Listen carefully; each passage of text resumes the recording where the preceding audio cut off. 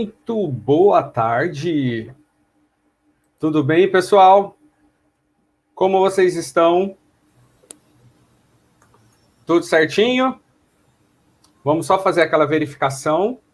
Oi, Carlos, tudo certo? Só fazer a verificação se vocês estão com um bom som e se estão nos vendo perfeitamente. Digam aí nos comentários se está tudo certo. Você não paga nada por isso, é de graça. Perfeitamente. Digam aí nos comentários se está tudo certo. Opa. Certinho? Perfeitamente. Então tá. Fechou, muito bem. Então vamos começar. Sejam muito bem-vindos ao Herbologia e Poções, este canal do YouTube que mescla ciência com arte, que a gente faz uma mistura bem bacana aqui para poder divulgar ciência, para poder ensinar assuntos que muitas vezes são complexos, né? Se você me conhece, seja muito bem-vindo. Se você não me conhece, eu sou o professor Helder e estou dando as boas-vindas para vocês, tá? Eu vou convidar boa tarde a todo mundo que está comentando aí. Giovana, Américo, Isabela, sejam bem-vindos mesmo. Obrigado pela presença. Vamos ter uma tarde divertida, uma tarde prazerosa. E eu vou chamar aqui minha grande querida convidada, que eu tenho uma admiração gigantesca por ela, professora Andréa Espínola, da UERJ, para falar com vocês. Vamos lá? Oi, gente. Boa tarde. Eu sou Andréa Espínola, para quem não me conhece, né? Sou professora do Instituto de Biologia da UERJ e estou aqui hoje numa parceria com o professor Helder Carvalho, que além de ser um professor do corpo docente da pós-graduação, onde eu sou coordenadora lá na UERJ, é um grande amigo que eu tenho o prazer de ter em minha vida há alguns anos. Então, hoje ele abriu as portas do canal dele, Herbologia e Poções, para nos receber nessa atividade, que é uma webconferência, onde ele vai falar sobre metodologias ativas sobre o ensino de ciências. E essa atividade, ela faz parte, né, de um ciclo de atividades virtuais sobre ensino de ciências, que nós iniciamos em julho, né, em relação à pandemia, a suspensão do calendário acadêmico, para que a gente pudesse estar junto, falar sobre ciência, falar sobre metodologias de pesquisa, metodologias pedagógicas, pesquisas que nós realizamos, que colegas da área também realizam. Então, nós fizemos o convite para o Helder, que nos aceitou com muito carinho, e hoje ele não só aceitou o convite, como ele está fazendo a primeira transmissão ao vivo do canal dele, que para nós é um grande prazer poder saber que essa transmissão ao vivo está sendo por meio de uma parceria conosco, professores do Departamento de Ensino e Ciências da UERJ. Ele vai falar um pouquinho, né, desse trabalho que ele tem, uma das linhas que ele tem desenvolvido, que são as metodologias ativas. A gente fica muito feliz. Então, eu vou agradecer a presença de todos. Eu vou dizer que as pessoas que estão nos assistindo, que gostariam de ter uma declaração de horas sobre a presença, a participação nessa atividade, basta colocar os seus dados, nome, matrícula, se for estudante, e instituição, no e-mail que eu coloquei aqui no chat, vou colocar de novo em alguns minutos. É só enviar para nós esses dados, que a gente envia para vocês a declaração no prazo de uma semana, no máximo. Agradeço a presença de todos os alunos do nosso mestrado, Prof. Bio, os alunos da especialização em ensino de ciências, para os quais essa atividade foi especialmente desenvolvida. Fico feliz de ver pessoas queridas aqui no chat, tá? Daniele Borim, uma querida que foi da nossa equipe durante anos, e vários outros que estão aqui.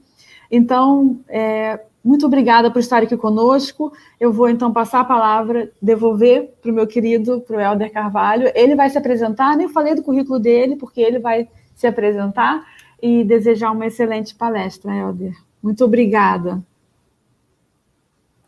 Imagina, eu que agradeço, professora. Obrigado mesmo. Lindas palavras. Então, deixa eu só me projetar aqui, ó, junto da palestra aqui. Deixa eu ficar inicialmente assim para poder falar melhor com vocês. Então, mais uma vez, como eu disse, sejam bem-vindos. Obrigado mesmo pela presença, né, de todos que estão nessa tarde. Eu me comprometo, eu e a professora Andréa nos comprometemos a fazer esse momento super divertido, recheado de aprendizado para vocês, tá? A gente valoriza bastante esse processo de ensino.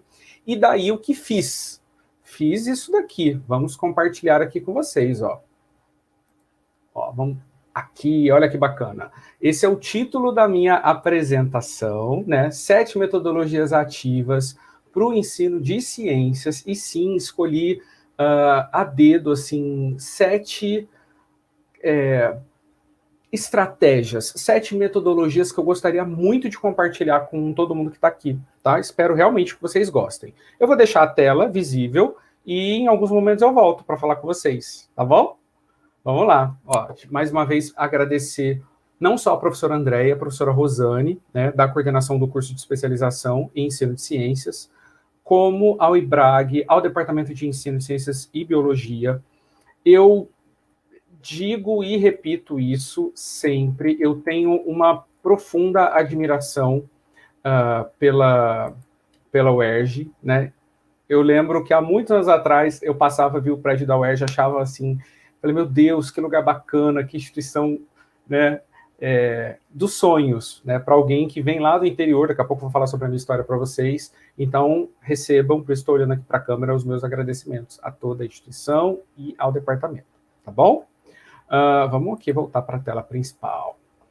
Gente, um breve memorial acadêmico, se você não me conhece, né, ou não teve antes aqui no canal, eu tenho uma graduação na área de saúde visual e uma graduação em ciências biológicas. Então, dentro da área da saúde, eu me dediquei a estudar ortóptica, que ela faz menção a possíveis desvios que os olhos podem ter, como estrabismo. Eu tenho absoluta certeza que todo mundo aqui já ouviu falar, né, estrabismo e coisas desse tipo, lentes de contato, né, é uma área da saúde que me encanta muito, né, mas hoje eu estou aqui mais como biólogo mesmo, que é minha segunda graduação em ciências biológicas. Tenho a pós-graduação nível especialização no IOC da Fiocruz, na área de ensino em biociências de saúde, e o mestrado também, mestre em ciências pela Fiocruz, tá? O que eu faço da vida, né? Trabalho como docente em centros universitários aqui do Rio, tanto na graduação quanto na especialização. O curso de especialização em ensino de ciências na UERJ é uma casa, uma moradia para uma disciplina que eu tenho muito carinho, que é de ciência e arte, e já estou migrando aí para 8 anos de trabalho, tá? E o que eu faço em termos de atuação? Trabalho com bastante ciência e arte. Em redes sociais, procuro trabalhar divulgação científica, né? Estou sempre atento a estratégias, a mecanismos aí para a gente mediar conhecimento. E atualmente também sou membro da Associação Brasileira de Aromaterapia, que é uma prática de saúde integrativa que foi recentemente adotada pelo SUS. Então esse é o meu perfil, tá bom? Vou começar com um meme, porque sim, precisamos utilizar memes nas nossas aulas. Primeira dica, isso não é uma metodologia ativa ainda, mas eu sugiro fortemente que vocês usem bastante memes. É uma linguagem que o nosso público e as novas gerações adotam muito, é importante a gente trabalhar isso. Por que eu botei essa moça aí, a grávida? Porque eu sou de Taubaté, esse sotaque que vai persegui-los ao longo da tarde, né? Ele é um sotaque de Taubaté, do interior de São Paulo. Taubaté, que deixo para vir estudar no Rio de Janeiro. E quando conheço a biologia, como falei para vocês anteriormente, minha segunda graduação, eu me encantei e realmente, no começo da graduação, eu nem sabia da existência da área de ensino. E olha que interessante contar e divulgar e falar disso, né? A área de ensino sempre foi o que eu quis fazer na vida, só que eu não conhecia, não tinha nome, eu achava que era só ser professor, uma coisa mais simplista, né? E, na verdade, era mais que isso. Por que é mais que isso? Porque a área de ensino, e aqui eu trouxe um esquema, né, da CAPES, mostra que está dentro de um colégio, né? Então, assim, somos profissionais, pesquisadores, estamos alocados num determinado contexto. Que contexto é esse? A gente está dentro do Colégio de Ciências Exatas, Tecnológicas e Multidisciplinar, dentro de uma grande área chamada de multidisciplinar, onde existe a área chamada de ensino, né? Ao lado de quem? Ao lado de biotecnologia, ao lado de ciências ambientais. E daí um trechinho ainda da CAPES diz assim, que a área de ensino, vou ler para vocês porque eu acho bem importante isso, é uma área de pesquisa translacional, por fazer a ponte entre conhecimentos gerados e sua aplicação em sistemas de ensino, seja na educação básica, seja na educação profissional, tecnológica, ensino superior. Os programas, eles focam as pesquisas em ensino de determinado conteúdo, buscando interlocução com as áreas geradoras dos conteúdos a serem ensinados. O legal é que a área de ensino, ela desperta na gente, né, essa interrogação sobre como fazer esse processo de mediação, né? De que maneira eu vou tirar um conteúdo do Bioquímica do Leninger e vou dizer, e vou trabalhar um processo onde o estudante ele vai compreender que aquilo é importante para a vida dele, ele vai pautar esse conhecimento em cima de raciocínios que ele vai ter na vida, né? Enfim, é um trabalho extenso e uma área que eu me apaixonei bastante, por isso que estou aqui. E é dentro desse contexto que estou aqui hoje para falar sobre ferramentas, porque afinal de contas somos pesquisadores de uma área e temos aí um arcabouço de ferramentas, estratégias, metodologias que a gente pode utilizar para alcançar alguns objetivos dentro da área de ensino, da área educacional. Daí, o pessoal está dizendo que o Leninger não dá. A gente, nesse canal e nessa instituição, nesse curso de ciência, operamos milagres com o Leninger. Se você não acredita, você vá estudar na UERJ, que a gente vai fazer uma bruxaria do bem com você e você vai conseguir esse processo. É muito legal esse comentário, Carlos. Muito obrigado, porque as pessoas, os alunos todos já começam com um ranço, né, de alguns assuntos. E as metodologias, que é o que eu vou começar a falar agora, podem muitas vezes quebrar esse processo de resistência, esse, entre aspas, ranço que os alunos possuem de alguns temas, né? Então, eu escolhi, inicialmente, algumas definições para colocar para vocês. Eu vou aumentar a tela aqui para que a gente possa ler juntos, tá bom? Então, o que são metodologias, de acordo com Bassic e Morin, de 2018? Vamos ler. São grandes diretrizes que orientam os processos de ensino e aprendizagem. Também são estratégias, abordagens e técnicas concretas e bem específicas. Então, é uma diretriz, é uma técnica, é uma abordagem. Metodologias ativas, elas são estratégias de ensino que são centradas, e aí eu botei em negrito, que é importantíssimo, centradas na participação efetiva dos estudantes, para construir esse processo de aprendizagem. Tem que ser de uma forma flexível, tem que ser de uma forma interligada.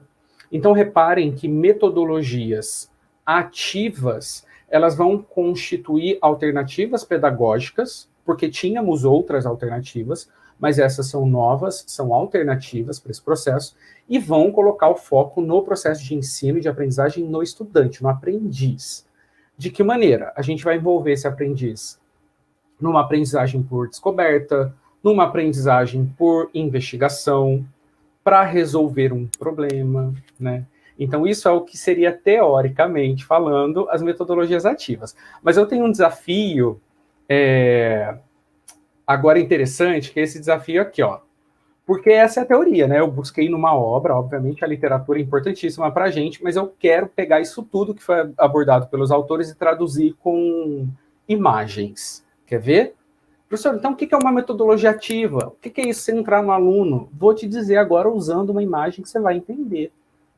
Vamos todos analisar essa cena. Então, estão vendo quem está aí? Esse famoso, o professor e todo o elenco de La Casa de Papel? Exatamente é o que a gente tem. A gente tem uma aprendizagem que ela é focada, ela é centrada em quem? No professor, de maneira tradicional. Então, a gente tem um modelo de sala de aula que ele é fisicamente padronizado. Reparem nisso. Eu escolhi essa foto, esse trecho aí da série, uma série maravilhosa da Netflix, que coloca o professor como uma figura central. Os alunos em carteiras, os alunos divididos num espaço físico pré-moldado, né? E o que a gente quer? A gente quer isso aqui, a gente quer essa cena. A gente vai pegar os estudantes, não é? E vai tirar desse modelo tradicional, colocar o foco do processo de ensino-aprendizagem no estudante, tudo bem? Gente, acabou de chegar aqui a minha inspiração para a área de ensino, e eu preciso agradecer, porque foi quem me apresentou essa área. Luciana Leda, minha querida e eterna professora, seja bem-vindo. Estou todo arrepiado. Se não fosse essa professora Luciana Leda que entrou nessa live, não estaria tendo essa palestra hoje. Obrigado, viu? Um beijo. E voltando aqui, ó, por quê? O La Casa de Papel, ele mostra pra gente que o aprendizado prático se dá com quem? Com os estudantes, não é? Afinal de contas, os personagens, eles vão atuar, eles vão trabalhar. E eu tenho até uma proposta melhor do que essa, ó. E se, durante o processo, já que a gente vai tirar, né, esse foco do professor e depositar esse foco no aluno, e se a gente inverter e fizer isso? Colocar o professor junto. Inserir o professor no processo de aprendizagem. Quebrar barreira. Sabe aquele espaço previamente construído de professor num mini púlpito, num professor num tablado, né? É isso, a gente precisa quebrar e começar também a ter humildade, que não dá para dominar todas as metodologias, que a gente vai levar tempo para aprender, e tudo bem, não tem problema nenhum com relação a isso. Despertar essa postura de envolvimento, de colocar junto professor e estudante, tá bom? É o que eu digo, né? Professor, essa palestra está sendo patrocinada pela Netflix? Na verdade, não está sendo. Ela está sendo patrocinada por quem? Por senhor Paulo Freire, conhecido como Paulette, para os íntimos. Por quê? Porque ele vai ser uma referência para a gente em termos de teoria de educação. Ele vai dizer que a gente precisa sair de um movimento tradicionalista, que pega, né, essa educação que é bancária, para poder proporcionar mecanismo para o aluno aprender, estratégia para o aluno aprender. Então, muito do que eu falo e muito da minha vivência está pautado, né, nas referências, né, educacionais do Paulo Freire. Tá? E daí eu trago uma outra reflexão, que é assim, não sei vocês, agora olhem para mim, vamos falar da realidade das salas de aula. Certamente, né, estamos lidando com muitos professores, a realidade de ensino ela é muito variada, e eu quero contar um pouco da minha. Muitas vezes eu tenho turmas de estudante, na universidade, que ultrapassam 80, às vezes em pauta pode chegar a 100 alunos.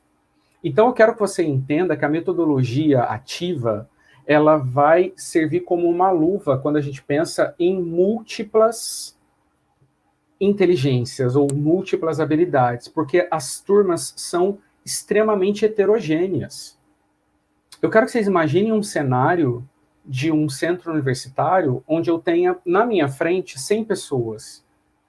Pessoas completamente diferentes, de bairros diferentes, idades completamente distintas. É o sinônimo de heterogeneidade, né?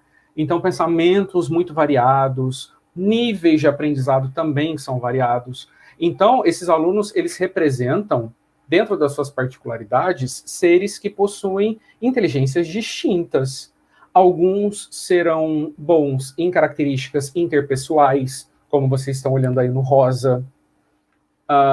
Alunos que são excelentes para a questão sinestésica corporal em laranja ou espacial no vermelho.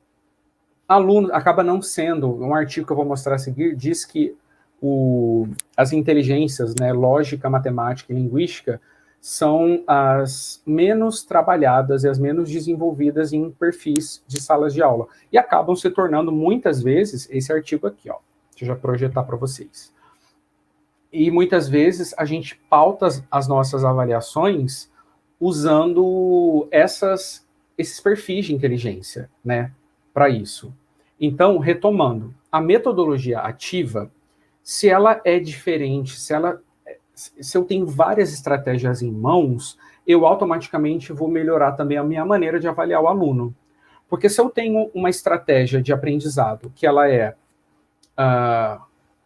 deixa eu agora passar aqui para olhar para vocês. Se eu tenho uma metodologia ativa, que ela é pautada na arte, na criação, eu vou valorizar uma determinada habilidade do aluno. Se eu tenho uma outra que valoriza mais aspectos físicos e sinestésicos, já é uma outra habilidade visual. Então, quanto mais a gente avaliar uma pessoa, eu vi essa frase durante a minha formação em ciências biológicas, avaliar alguém é um processo extremamente complexo. Em grande parte das vezes será um processo falho. E o que a gente consegue? Minimizar essas falhas. Nunca talvez ser perfeito, integralmente perfeito, mas a gente consegue minimizar. Então, as metodologias ativas vão também servir como instrumento para que vocês, professores, avaliem os estudantes, ao invés de pautar naquela prova única que deixa todo mundo com frio na barriga, pode-se fracionar, pode-se fazer uma avaliação que seja mais continuada e que adotem as metodologias ativas. Beleza? Escolhi 7 para compartilhar com vocês. E agora vamos começar explorando uma a uma. Bora lá? Vou começar, como dizem os meus estudantes, uma expressãozinha feia, mas vou usar, com o pé no peito. Por quê? Eu vou falar de uma que vocês amam. Amam. É o que, uma vez eu vi numa entrevista, que é o principal inimigo da Netflix. Games, jogos. A gente muitas vezes acha que a Netflix está com medo da Amazon Prime Video. E não.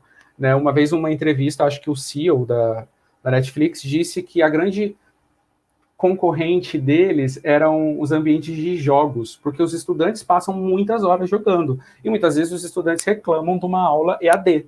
Não é verdade?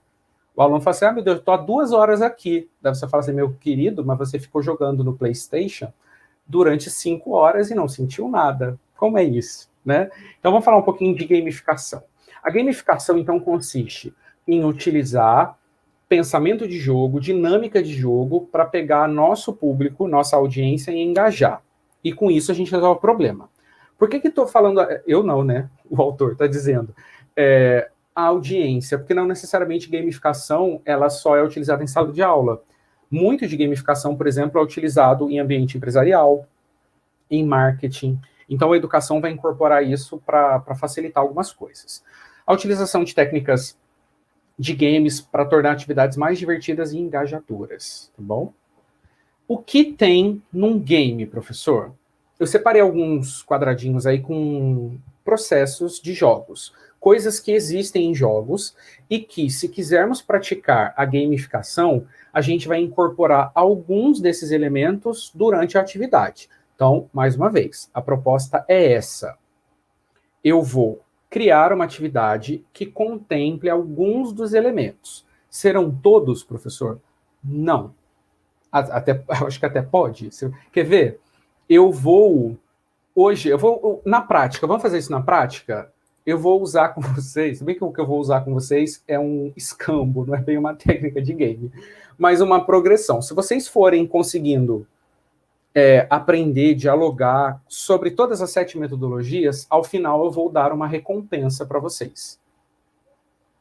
Isso é uma estratégia que eu estou fazendo para gerar engajamento de quem está me assistindo, para gerar engajamento e estimulá-los a ficarem até o final. Isso é real, tá? Tem um presente ao final da 7ª metodologia ativa. Então, isso é, na prática, um elemento de jogo. Eu vou te dar uma recompensa se você cumprir um determinado trajeto. Estão vendo? É assim que funciona. Não basta falar, vamos fazer, não é mesmo? Então, a gente vai fazer o quê? Exemplo, tabuleirizar conteúdo. Quando a gente pensa em jogo, quando a gente pensa em elemento de game, eu acho que todo mundo vai se lembrar de tabuleiro. Talvez se eu pudesse pedir nesse momento, porque aqui pelo tempo a gente não tem como fazer isso. Mas assim, gente, vamos lá, me falem elementos de jogos. Vocês vão dizer dados, tabuleiro, cartas. E o tabuleiro é a minha primeira dica. Pega um conteúdo e tabuleiriza. Criei um verbo novo aí, mas vamos lá. O que é tabuleirizar? Eu vou dar um exemplo que eu fiz numa prática da instituição que eu trabalho, onde eu peguei a Anita Marzocco, que é Princípios Básicos de Bioquímica, e precisava falar sobre mapa metabólico, eu precisava falar sobre interconversão de nutrientes. De novo, a gente cai na bioquímica, que é um desafio que eu tenho como docente, porque eu tenho disciplinas com conteúdo de bioquímica, e eu pensei assim, como é que eu transformo isso em algo interessante? As ideias começaram a surgir porque vou contar a história para vocês, né? Esse conteúdo, ele chegou próximo do Halloween. Então, o que eu fiz? Eu comecei a trabalhar dentro de um software de educação, transformando aquele esquema num tabuleiro. Então, o que eu fiz? Eu peguei o mesmo mapa da Anita Marzocco, agora vamos analisar isso juntos? Deixa eu só pegar uma caneta, que eu acho que vai ficar mais prático de você. Um laser, ó. Todo mundo tá vendo aí um pontinho vermelho, né? Então, eu comecei a colocar pontos de origem, como aqui um cesto de doces, proteína simbolizando a carne humana, do zumbi, e um olho que não tem nada a ver com ácido graxo, mas eu lembrei de olho gordo e botei esse olho, porque eu não tinha nenhum desenho que me remetesse ácido graxo, tá bom? E daí, ao longo do trajeto, eu criei, por exemplo, alguns empecilhos. Empecilhos, melhor dizendo, eu criei desafios. Os estudantes tinham que percorrer esse grande tabuleiro, evitando, por exemplo, eu não vou aqui explicar a matéria, mas o que os alunos precisavam evitar? Liberação de gás carbônico. Então, se vocês separarem, aqui em cima tem 2 dedinhos, aqui do lado tem uma caveirinha, estão vendo? E o que eu fiz? Então, tem vários elementos. Ó, já tem o tabuleiro, tem o trajeto, o percurso que eles precisam executar, tem os desafios e os possíveis riscos, que são essas figuras, e tem os avatares. Eu imprimi essas figurinhas de Halloween e disponibilizei para os estudantes, né? Cada um tinha uma figurinha dessa e usava um tabuleiro que eu dei impresso. O que são esses pontos de desafio, professor? Quando eu libero o CO2, eu estou oxidando a matéria, então eu não queria que eles liberassem CO2 e fossem mortos no túmulo que está ali no meio do ciclo de Krebs. Estão vendo? Isso tudo, de novo, gente, isso tudo por causa do Halloween, tá bom? Por isso.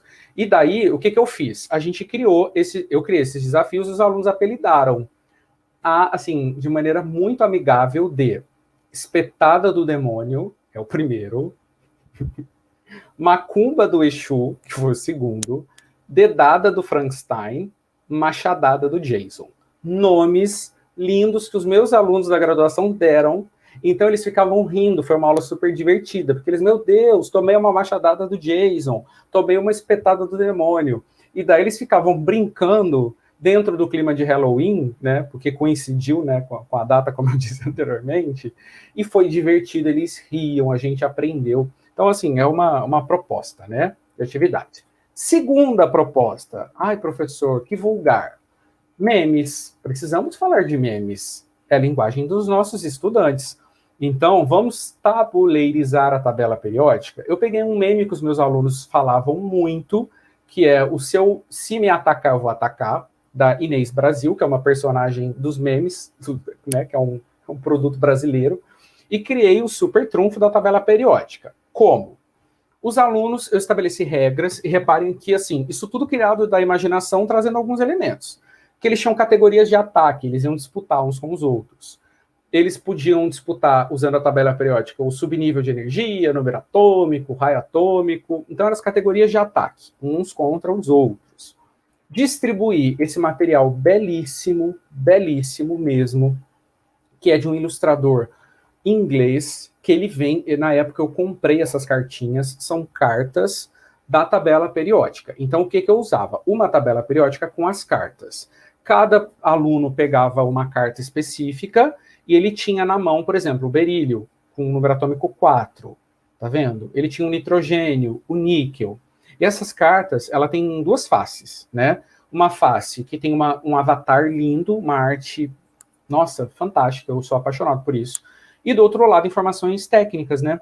Então, os alunos ficavam disputando.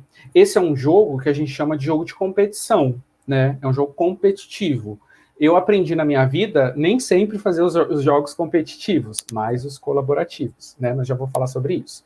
Então, era uma maneira. A minha recompensa eram bombons para quem ia ganhando, né? Dentro das regras que a gente criou. E daí eu usava a tabela periódica e cada um falava, eu vou atacar fulano, por exemplo, usando o número atômico. Quem tivesse o maior número atômico ganhava. Ou seja, eu peguei falando em Jason, né, eu peguei um grande monstro da química que os alunos têm muito receio e transformei num tabuleiro para que eles pudessem se divertir. Tá? O que eu falei sobre jogos cooperativos é que eu aprendi que dá para fazer. Vocês veem, se vocês observarem aqui, gente, vocês vão ver que eu estou num cenário de Harry Potter, tem um chapéu seletor aqui do lado, então eu faço um consumo muito grande das obras literárias, do Tolkien, do George R. R. Martin, da J.K. Rowling, para poder trazer isso. E lá dentro de Harry Potter, existe a Taça das Casas, que me inspirou para criar o que eu vou mostrar para vocês agora. Vamos lá.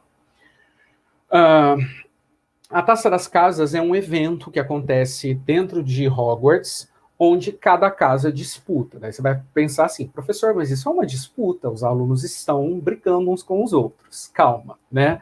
Eu queria fugir um pouco desse ambiente de competição e fazer com que eles se engajassem numa causa própria. Então, o que eu fazia? Deixa eu voltar aqui, desculpa. Eu tive a sorte de ter uma mesma disciplina, né? Uma mesma disciplina e tinha 4 turmas diferentes. Então, tinha uma turma no catete noite, uma turma na barra de manhã, então eles não se conheciam. Fiz um sorteio e disse, fulano não, né, falando para a turma, vocês são a Sonserina, a turma da manhã no sorteio é Grifinória. Então, eles sabiam que estavam numa disputa com alguém, vamos dizer assim, tinha um... Não é inimigo a palavra, mas tinha um competidor, melhor dizendo, que era imaginário, mas eles não brigavam dentro de sala de aula, eles não competiam, porque eu queria que eles se ajudassem. Então, como foi esse processo? Eles disputaram ao longo de um semestre inteiro, né? Eu vi que Daniela e Cristina teve uma pergunta boa, afinal vou responder, gostei dessa pergunta, Daniela. Obrigado. E daí, eu vi que, assim, tem que fazer teste para dar uma pontuação. Então, eu utilizei as provas, como vocês estão vendo aí, avaliações, né? Para que fosse uma forma de avaliação individual. Além disso, eu fazia testes de revisão e pequenos exercícios ao longo do semestre, e eles iam adquirindo ponto dentro da Taça das Casas, e fiz uma prova de sorte. Então, deixa eu mostrar imagens para vocês. Isso daí que vocês estão vendo na tela são alunos da Barra da Tijuca numa prova de pontuação pequena. Então, eu falava assim, gente, expliquei tal conteúdo, a gente agora vai fazer aqui um teste para a Taça das Casas. Daí eu contabilizo por meio do Plickers, que é uma ferramenta tecnológica para colher esses dados, tá bom? E daí, ao longo do semestre, eu ia publicando nos meus stories do Instagram essas informações, para ver que turma estava na frente, né? A prova de sorte, o que eu fiz? Depois que eles fizeram as primeiras... Exatamente, obrigado, professora. Uma avaliação mais formativa. E também criei uma dinâmica de sorte, onde eu peguei os alunos com as melhores notas, os que tiveram melhor desempenho, e num dia surpresa eu publiquei a carinha deles no meu Instagram, como vocês estão vendo aí. Cada quadradinho desse é uma foto do meu Instagram. Obviamente, eu pedi autorização para eles, eles toparam participar. Então, eu publiquei isso, deixei 24 horas visível no meu Instagram e reverti o número de likes para a turma. Então, é muito interessante, gente, real isso. Estou tocando nesse ponto porque, sim, em alguns momentos da minha vida, eu olhava para a metodologia ativa e falava assim, isso dá certo, como que é? Sabe quando você fica assim, meu Deus, eu estou tão acostumado com uma coisa mais tradicional, preparo meu PowerPoint e ensino? Dá sim. Eu via os alunos se ajudando. Fulano, estuda porque vai ter tal coisa. Eles se ajudam mutuamente. E esse ambiente colaborativo é fenomenal. É muito bonito de ver, tá? E daí, eu tive num semestre 2019.2 a Corvinal como sendo ganhadora. 2020 não deu para fazer por causa da pandemia, me tirou um pouco do esquema, eu já tinha feito tudo, então foi mais complicado. Eu desisti da Taça das Casas e estou tentando ver como que eu vou adaptar isso para o ambiente de EAD, tá bom? E aqui, eu não vou falar muito desse, né? Isso aqui eu quero só deixar esse site, quizzes, na verdade.com, porque é um site que eu descobri recentemente num treinamento que eu fiz dentro da minha instituição, que inclusive me ensina muita coisa sobre metodologia ativa, que é para que vocês façam dinâmicas de game em EAD. Não dá para explicar aqui agora, até porque eu estou conhecendo, mas quero deixar a dica. Então, se você está trabalhando ou vai trabalhar com EAD nesse momento de pandemia, dá para fazer jogo à distância. Tem as limitações, obviamente não dá para reproduzir a Taça das Casas, mas isso é, né, uma possibilidade. Beleza? Para estratégia 2, vamos lá. TBL. Uma aprendizagem baseada em quê? Em times. Tá? A gente vai criar pequeninos grupos de trabalho para futuramente beneficiar o aprendizado em equipe. Ele conta com o quê, professor? Essa segunda metodologia ativa. Tem que ter um estudo prévio e os níveis complexos de aprendizagem em sala de aula. Mas eu preparei aqui um passo a passo para que vocês vejam melhor. Como é o passo a passo do TBL, professor? Primeiro, a gente vai preparar. O professor, né, ele prepara o material prévio, lista qual o objetivo e disponibiliza isso para o aluno. Ou seja, o tópico 1 o aluno vai fazer em casa, tá? Esse é o protocolo. 2, o aluno chega para o dia da aula e o professor aplica um teste individual. Daí, gente, vai da criatividade de cada um. Como eu tenho turmas muito grandes e a dinâmica de fazer esse teste é demorada, eu uso o Plickers, que sai a resposta na hora, como eu falei, que é aquela ferramenta lá que vocês conhecem. Depois que o aluno faz esse teste, o professor já consegue ver a nota dele, se for nesse ambiente automático. Terceira etapa, o professor vai reunir grupinhos para responder o mesmo teste. Ou seja, num momento o aluno responde por si só. Então ele fala assim, quem descobriu o Brasil? Ele tem que acertar aquilo sozinho. Depois volta a pergunta, quem descobriu o Brasil? E ele responde aquilo em equipe. O importante aqui é lembrar que o professor ele tem que olhar, porque senão o aluno faz panela. E nada contra panelas, os alunos têm afinidades entre si. Mas o professor ele tem que tentar olhar assim, pô, fulano é muito bom em biologia. E fulano tem mais dificuldade com biologia porque tem um pensamento mais, sei lá, de humanas. Ele tem que fazer turmas mistas, grupinhos mistos, com diferentes habilidades. Então, essa é uma dica boa, tá? Tópico 4. Depois que eles responderam aquelas perguntas, obviamente o resultado sai melhor, né, do que o teste individual. O professor abre para argumentação. Então, eles podem bater papo com o professor, eles podem dialogar. Professor, aquela alternativa ali não estava esquisita? Então, é um papo também bacana que o professor ele pode humildemente reconhecer essas perguntas tão boas, dialogar, anular a questão e coisas do tipo, né? Quase chegando ao final, ele aplica um conceito. Depois que o professor, né, e os alunos estudaram aquelas perguntas, o professor então vai dar, por exemplo, um estudo de caso, falando sobre o tema das perguntas que foram abordadas, né? E por último, tem um tópico 6, que esse tópico 6, eu confesso, e eu estou sendo muito honesto quando eu falo para vocês que a gente não domina todas, né? Por exemplo, eu não fiz ainda, espero fazer, a avaliação em pares, que é um momento que você executa depois, né? Então, os alunos, eles se avaliam, e eu descobri recentemente, porque a avaliação em par é uma coisa mais complexa, tem site que faz isso, né? Enfim, você pode depois, cada aluno se dá uma nota durante essa atividade. Então, aqui tem um esquema, tá? Onde você tem um pré-classe, depois você tem na classe garantia de preparo, individual e em equipe, né, feedback, apelação e feedback, aplica conceito, por exemplo, num estudo de caso e depois avalia os pares. Beleza? Tudo bem, galera? Até então, deixa eu olhar para vocês. Tá tudo bem? Estou aqui seguindo em linha reta, porque separei 7, eu sou uma pessoa que falo muito, estou na terceira, e eu quero que todos fiquem aqui, tá? Então, vamos para a terceira? KWL? Vamos ver se vocês já conhecem essa. A KWL é uma metodologia ativa que parte do princípio de que o aluno já sabe alguma coisa sobre o tema, que ele quer aprender e que ao longo do processo ele pode aprender alguma coisa, né, com os amigos.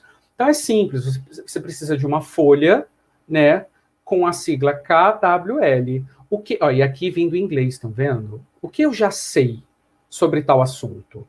O que eu gostaria de saber e depois da aula o que eu aprendi sobre aquilo. Então, aqui tem uma explicação, não vou ler, mas são só modelos que eu queria que vocês soubessem. Ó, tá vendo aqui? Uma planilha. Gente, isso é muito simples. Uma folha 4, uma folha de sulfite, divide em colunas, né? E aqui tem a explicação do que eu acabei de falar para vocês, né? Deixa eu dar um exemplo aqui que eu achei num site americano, que eu acho interessante. Simples, aqui talvez para ensino fundamental, né? Provavelmente. Então, por exemplo, o tema são estações do ano. O que você sabe? Né? Talvez os alunos escrevam ali naquela coluna. Ó, já sei que tem 4 estações, sei que o nome das estações são essas. Depois de um tempo determinado pelo professor, os alunos começam a preencher a próxima. Né? O que eu gostaria de saber? Primeiro, por que uma estação do ano muda? E daí é liberdade brainstorm, eles ficam pensando sobre aquilo, né? qual o tempo de duração? Quão longa pode ser uma estação do ano, né? Todo mundo tem as mesmas estações, né? Será que o Rio de Janeiro tem um outono como tem na Inglaterra, né? Essas coisas aparecem na coluna. Depois, o professor, porque eles ficam discutindo entre si, entre a coluna W e a coluna L, eles podem consultar material, podem conversar com o professor, eles podem procurar respostas no celular, dialogar, um grupo pode dialogar com o outro, e por fim, eles finalizam com a pergunta L, com a coluna L, né? O professor André fez um comentário bacana, que ela usa KWL quando está vendo documentários da Discovery. Então, muito interessante. Cristiane, parece o Kanban, é bem útil, porque a gente muitas vezes desconfia que não sabe nada sobre determinado assunto, e você consegue ver que você tem alguma bagagem, algum local, algum terreno mínimo onde você possa construir e edificar, né, um aprendizado. Aqui, ó, um exemplo do que dá para fazer. Eu peguei algo que eu acho que combine com universitários, né, tema sexualidade. E daí, posso separar em grupo, né, eles respondem: o que você sabe, por exemplo, sobre pessoas trans? Vamos falar sobre um assunto que J.K. Rowling, autora de Harry Potter, se envolveu em uma confusão há poucos dias sobre isso. Pessoas trans, mulheres trans, homens trans. Então, coluna K, o que eu já sei? Depois uma coluna W sobre o que eu gostaria de saber. Aqui, ó, entre a coluna W e a L, eu posso, por exemplo, aplicar um vídeo. Eu peguei a Maíra Medeiros, que é uma youtuber super divertida que eu gosto, que ela tem uma série chamada Perguntas que Fazem Para, e daí ela seleciona algumas perguntas que todo mundo gostaria de fazer ou que fazem para um determinado público. E ela pegou um homem trans. Então ele vai falar sobre hormonização, perguntas que confundem o processo de hormonização com identidade de gênero, com identidade sexual. Essas confusões que são comuns hoje em dia, e depois na coluna L eles explicam o que fizeram. Belezinha? Bem, vamos para a quarta. Vamos lá, 3h40. Ai, que ótimo. Quarta, mapas mentais. E aqui vocês vão falar assim: ok, mapa mental já conheço, professor, próxima, né? Mapas mentais são excelentes ferramentas. Sou suspeito para falar porque gosto muito de mapa mental, mas vou confessar, não tenho problema de dizer isso, que já tive um pequeno ranço de mapa mental. Acontece, tá bom? O que é um mapa mental? Se a gente pega um mapa mental raiz, né? Eu peguei aqui o Tony Buzan, que até assim, dentro dos cursos que eu fiz, da capacitação que eu fiz de mapa mental com a Alice Kimura, ela coloca como autor de referência. Né? Ele diz que o mapa mental é uma ferramenta que não é estática, é dinâmica, estimula para pensar e planejar, né? Atividades mais inteligentes, mais rápidas. Isso é uma definição. Esse está em preto e branco porque eu quis pegar um trecho do livro. Eu vou ampliar para que vocês vejam melhor. Ó. Porque é do livro dele, mas um dos preceitos do mapa mental é que seja colorido.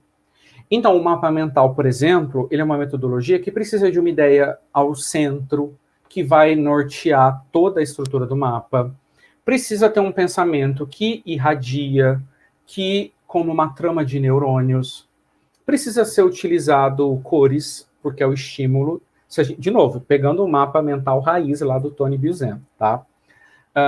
Tem que ter desenho, ícone que façam sentido para quem está produzindo. O aluno vai dizer assim: meu Deus, mas no desenho. Tudo bem, pode colar um adesivo. Você pode colar uma figurinha. Ou você pode fazer o homem palito, se aquilo tem um significado imagético para você. Ele é uma produção pessoal, porém dá para executar em equipes. Eu já vou mostrar para vocês como fazer isso, tá? A preferência é por palavras e não por frases, ok? E é uma atividade criativa. Muita gente hoje em dia gosta de fazer lettering, que são aquelas letras bonitas, né? O que é um mapa mental bonito? É isso que vocês estão vendo, eu acho um mapa mental bacana, tá vendo? Até ele tem aí um conteúdo, como ele é um mapa mental gigantesco, ele tá com muito conteúdo escrito, mas ele também tá, acho que ele balanceou bem um conteúdo escrito com a produção de ícones, né? E daí, deixa eu mostrar uma coisa aqui para vocês. Quando a gente vai fazer um mapa mental, aqui vem o ranço. É aqui, ó, escutem os seus alunos. quando eu digo a birra com o mapa mental, eu comecei a ouvir dos meus estudantes que diziam assim, mas mapa mental de novo, professor? Porque vários professores executando metodologias ativas, vários professores querendo fazer uso do mapa mental, tem uma hora que o aluno fala assim, pô, eu tive mapa mental em fisiologia, tive mapa mental em biologia celular, mapa mental em bioquímica, não aguento mais. Pode, assim, o aluno pode se sobrecarregar. E agora tu pega o seu caderninho e anota umas dicas. Magui está dizendo que os delas não ficam bonitos. Mas se ficarem práticos, é o que importa. Muito bem, a Ana está perguntando, se pudessem ser disponibilizadas, teremos ao final. Não é o meu presente, mas no final dessa apresentação eu vou disponibilizar sim, tá bom? E vamos lá, que eu vou dar umas dicas boas para vocês trabalharem com mapas, gente. Ó, primeiro, personalize o mapa. Quando os professores entregam folhas brancas, eu ouvi isso de alguns alunos que diziam assim, ah, mas é muito fácil essa atividade, muito fácil para o professor. Vocês estão entendendo?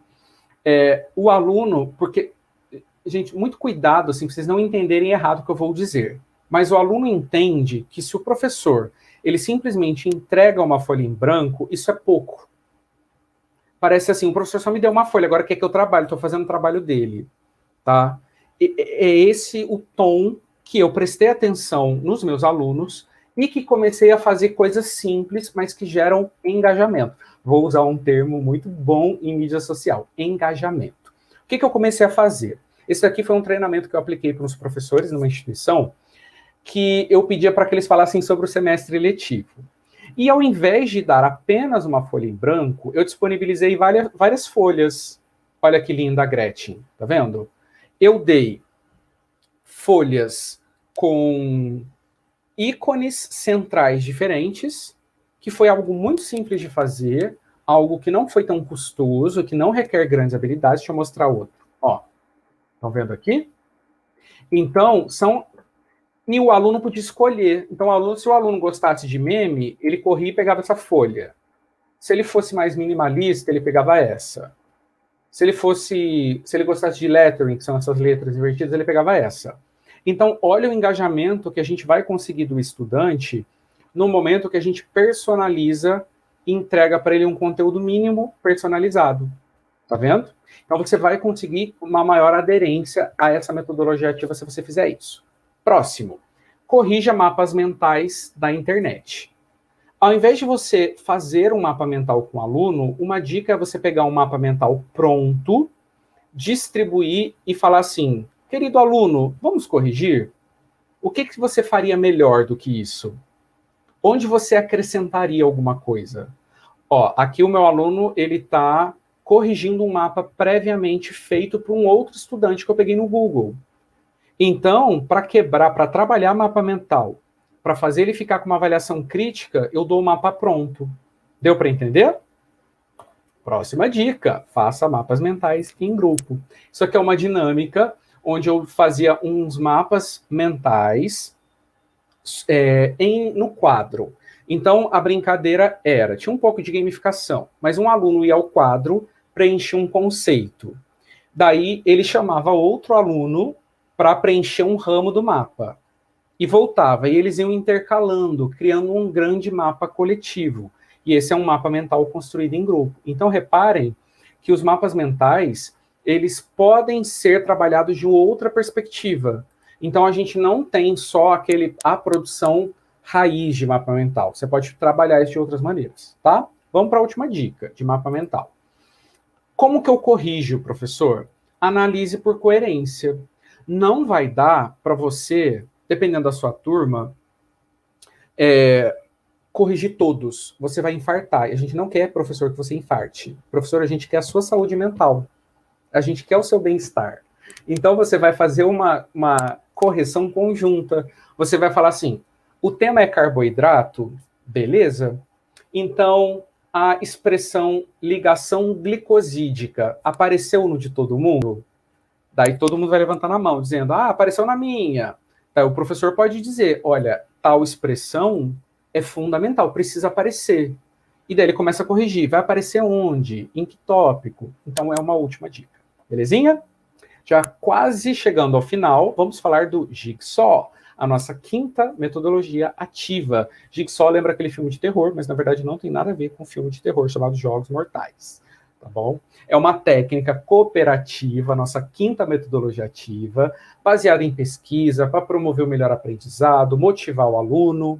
Vamos lá para a última frase. Como um quebra-cabeça, cada peça é importante para o entendimento do produto final. De que maneira? Vamos olhar para a tela. Primeiro, o professor vai escolher o tema e o material que ele vai utilizar. Então, vou dar um exemplo. Peguei uma matéria da Super Interessante sobre vacinas. Eu estou pegando Super Interessante, não sei, que momento que você está aí do seu, né, fundamental, médio, ou pode ser artigo, seja o que for. Divide aquele conteúdo de texto em partes. Por exemplo, divide em 5 partes. Se você dividiu em 5 partes, o que você faz? Você cria grupos de 5 estudantes. Depois, cada estudante recebe uma partezinha pequena daquele conteúdo. Então, vamos lá. Dividir o meu artigo em introdução. Quem é vermelhinho recebeu introdução. Quem é azulzinho, material e métodos. Vocês estão entendendo? Cada aluno pega um trechinho do artigo. Primeira etapa, daí a gente fica com esses grupos mistos. Estão vendo? Ninguém recebe o artigo inteiro. Depois, o professor dá um tempinho para os alunos lerem o material e conversarem nesse primeiro grupo. Depois desse break, desse momento, o professor vai agora remontar os grupos. Como? Criando grupos de especialistas. Ele vai pegar todo mundo que recebeu a introdução e vai juntar. Todo mundo que recebeu, sei lá, material e método, vai se juntar junto. E vai se juntar junto é muito redundante. Vai se juntar, desculpe. E daí a gente vai criar os grupos de expert, ou os grupos de especialista. E daí, com isso, a discussão ela se aprofunda, né? A discussão fica muito mais forte. Por fim, depois desse momento de discussão, o professor refaz os grupos iniciais. E eu botei essas figurinhas brilhando para dizer que as pessoas, depois desse grupo, dessa discussão de especialista, elas voltam mais fortalecidas. E com isso, a próxima etapa vai ser uma discussão extremamente alta. Por quê? Com o fortalecimento, o professor vai saber que os grupos estarão muito melhores. E ele pode, se quiser, encerrar com uma grande discussão coletiva. Deu para entender? Espero que essas figurinhas que eu coloquei tenham ficado claras. Qualquer dúvida, escreve aí que eu já faço. Isso aqui é uma turma fazendo isso. Tá vendo? Uma turma gigantesca que eu tive, não coube nem todo mundo. Então, é só para vocês terem ideia do que a gente passa em sala de aula. Tá vendo? Gente, a sexta, sou suspeito para falar, é ciência e arte. Não dá nem para chamar ciência e arte de uma metodologia específica, mas é, sobretudo, um jeito da gente repensar, né? São propostas. Aqui a gente tem 2 propostas, a STEM, que, criada na década de 90, pautava muito o ensino em ciência, tecnologia, matemática, engenharia, mas que recebeu críticas e se aprimorou, trazendo o contexto de artes. Aqui ficou de uma corzinha bem difícil de ler, me perdoem, tá vendo? Mas trazendo o contexto da arte para dentro do ensino de ciências, de engenharia, e por aí vai.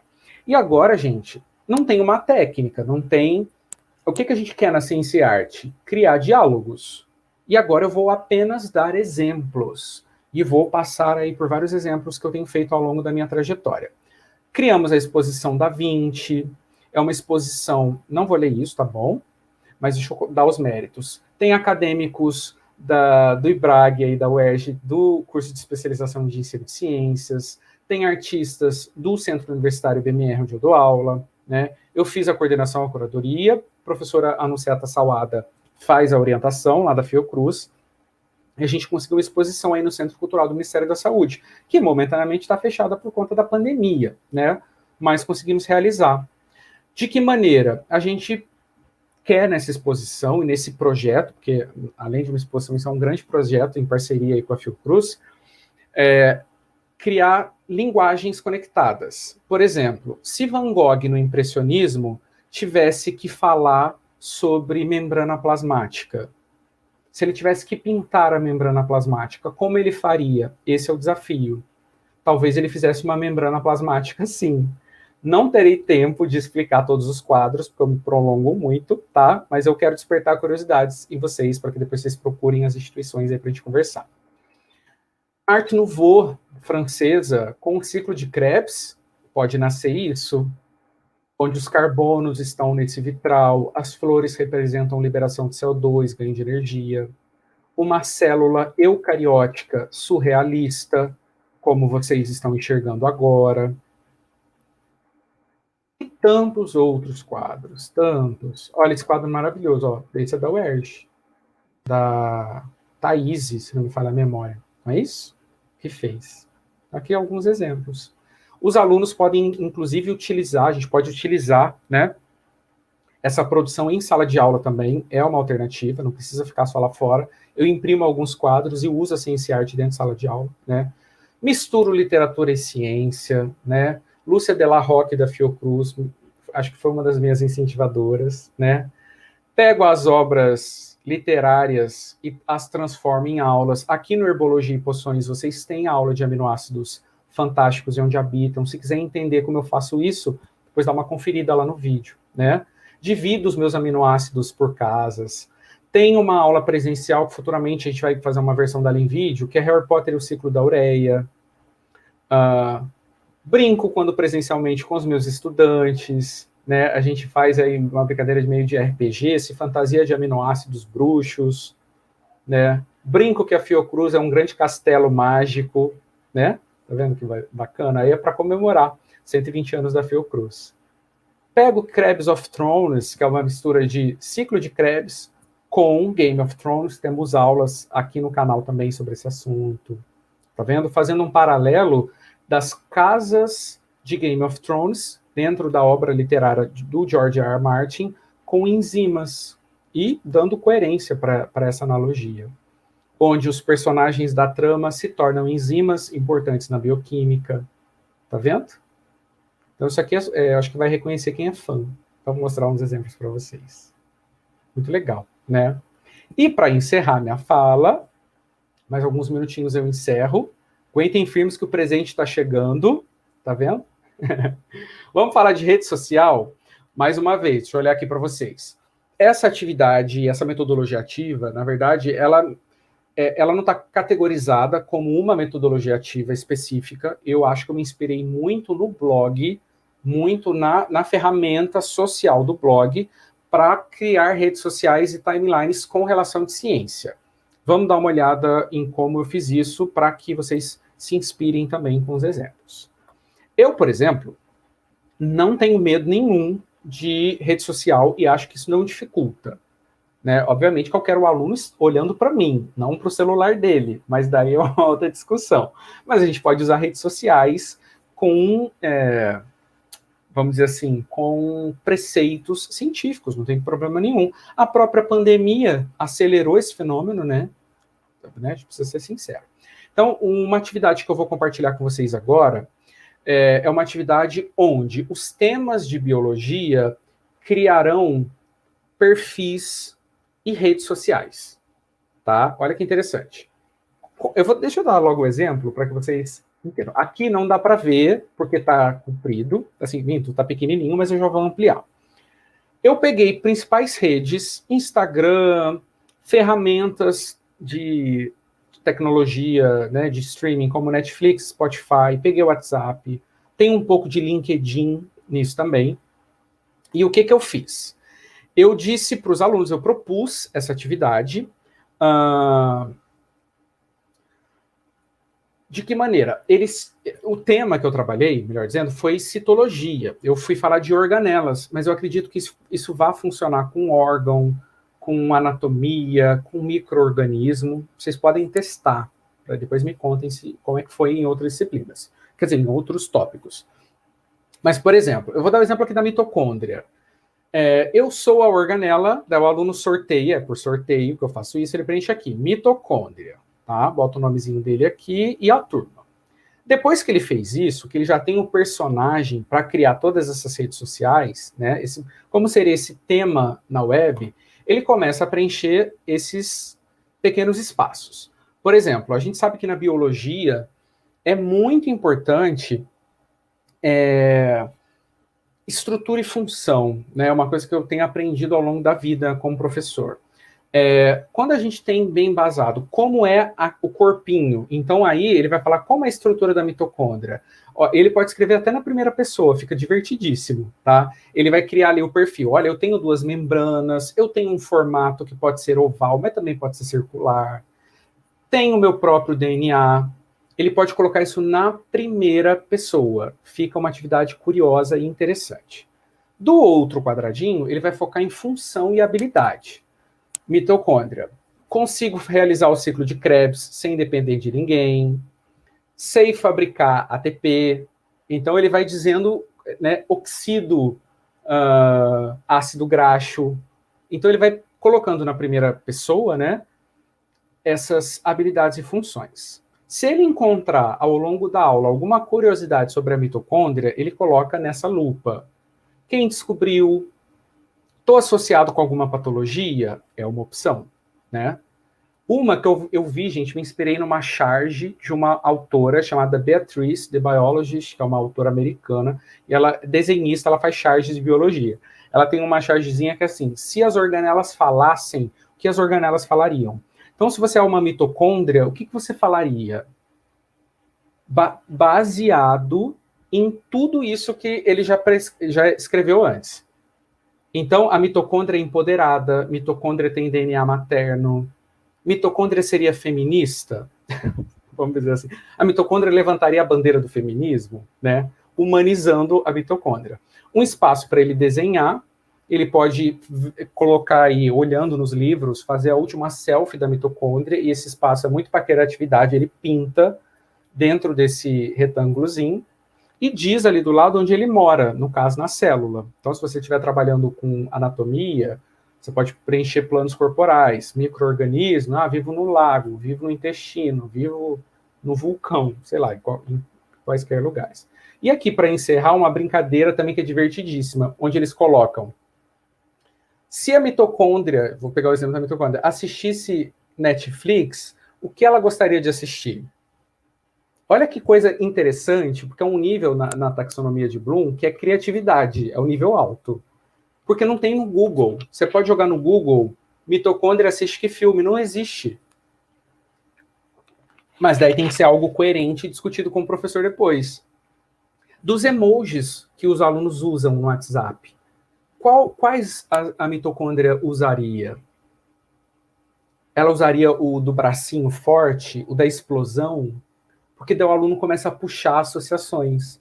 Trecho de música, eu me lembro de uma aluna que colocou o trecho da música da Isa, uma música chamada Dona de Mim, pela autonomia mitocondrial com alguns processos metabólicos. Estão vendo?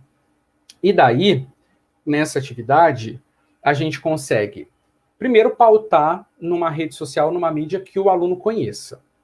Segundo, é uma atividade que a gente consegue, uma metodologia ativa que a gente estimula a criatividade, isso é muito legal. O aluno não tem como encontrar respostas pré-montadas, pré-existentes disso, isso situa ele, tipo, olha, eu preciso criar, eu preciso fazer. E ao final, o que é uma atividade bacana? A gente traz, de novo, um ambiente colaborativo. A gente pode fazer, obviamente, depois de correção do professor, que os estudantes troquem. Então, um tira foto, porque hoje em dia ninguém tira cópia mais, né? Eles tiram foto. Eles ficam tirando foto. Tipo assim, eu fiz o ribossomo. Fulano, me empresta o seu retículo.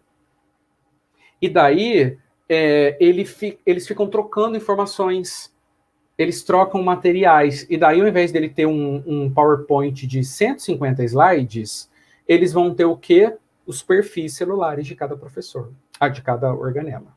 Tá bom? Vou encerrar, porque sim, já estou indo embora. Mentira, que daqui a pouco eu vou abrir para pergunta. Deixando o meu Instagram, se vocês quiserem. O meu Instagram é um lugar onde eu expresso ciência e arte e expresso divulgação científica de um jeito muito peculiar. Então, ele é meio estilizado de Harry Potter, ele tem uma carinha de fantasia, mas que é feita de maneira proposital, tá bom? Então, se vocês curtirem e acharem a ideia interessante, vocês podem me procurar lá no Instagram. E antes de abrir para as perguntas, vamos aos presentes. Eu tenho um presente aqui, deixa eu ampliar a tela. Professor, que presente é? Esse daí é um QR Code. Opa, deixa eu só tirar. Onde eu coloquei uma pasta no OneDrive, que é um serviço de nuvem da Microsoft. Por que eu estou dizendo isso? Porque talvez você precise ter um e-mail na Microsoft para você pegar isso depois, tá? Mas eu disponibilizei a atividade do perfil celular para você utilizar, adaptar, readaptar, tanto em PDF quanto em figura. Então, você pode usar. É um material que eu já produzi, tá bonitinho, e eu quero que você use. Se você curtiu, use e faça bom proveito. E é um e-book também que eu achei interessante, que era um e-book, tá em inglês, mas ele é de metodologias ativas, tem várias metodologias ativas, é da Irlanda do Norte, é do país, assim, certamente do Ministério da Educação deles. E você vai encontrar esse e-book também lá, que eu acho que pode ser um norteador para vários, assim, e daí eu acho que lá tem um foco um pouco de ensino fundamental e médio, mas não vejo problema nenhum de vocês testarem com nível superior, independentemente do local que você tiver. Tá bom? Pegaram? Depois eu vou deixar links todos, né? O pessoal que pediu, ó, não se preocupem que eu vou deixar link. Aqui algumas metodologias, porque assim, é uma trajetória tão grande, né, que a gente vai tendo, mas deixei algumas obras que eu consultei, tá bom? Para vocês. E também vou listar essas obras aqui na descrição, tá? Professora Andréia, seja muito bem-vinda ao momento de diálogo. Olá, então, vocês como estão se sentindo com o Helder, né? É irresistível ou não é? Quem está aqui com a gente, quem está gostando, quem está aqui, quem está gostando do que está ouvindo, quem está se divertindo, ao mesmo tempo pensando em possibilidades de variar, de diversificar as suas estratégias pedagógicas em sala de aula. Eu faço um convite, né? Se inscrevam no canal, como quem não teve tempo de vir aqui antes visitar e conhecer o conteúdo do canal, ele é um canal voltado para conteúdos curriculares, né? Do curso de graduação, os cursos de graduação onde o Helder leciona, e esses conteúdos são passados da forma, desse jeitinho que vocês estão vendo aqui, como foi essa palestra, essa conferência aqui. Então, são maneiras atualizadas, antenadas com que os alunos normalmente gostam, se atraem, né, com essa linguagem, com tudo que está sendo, que os alunos estão se dedicando. Então, por exemplo, Netflix, Amazon Prime, jogos, né? O Helder é sempre antenado com essas questões, isso, né? Geek Nerd, conteúdo geek, exatamente. né? Que a gente chama, geek, né? Então, geek nerd, eu também adoro muito. Os nerds.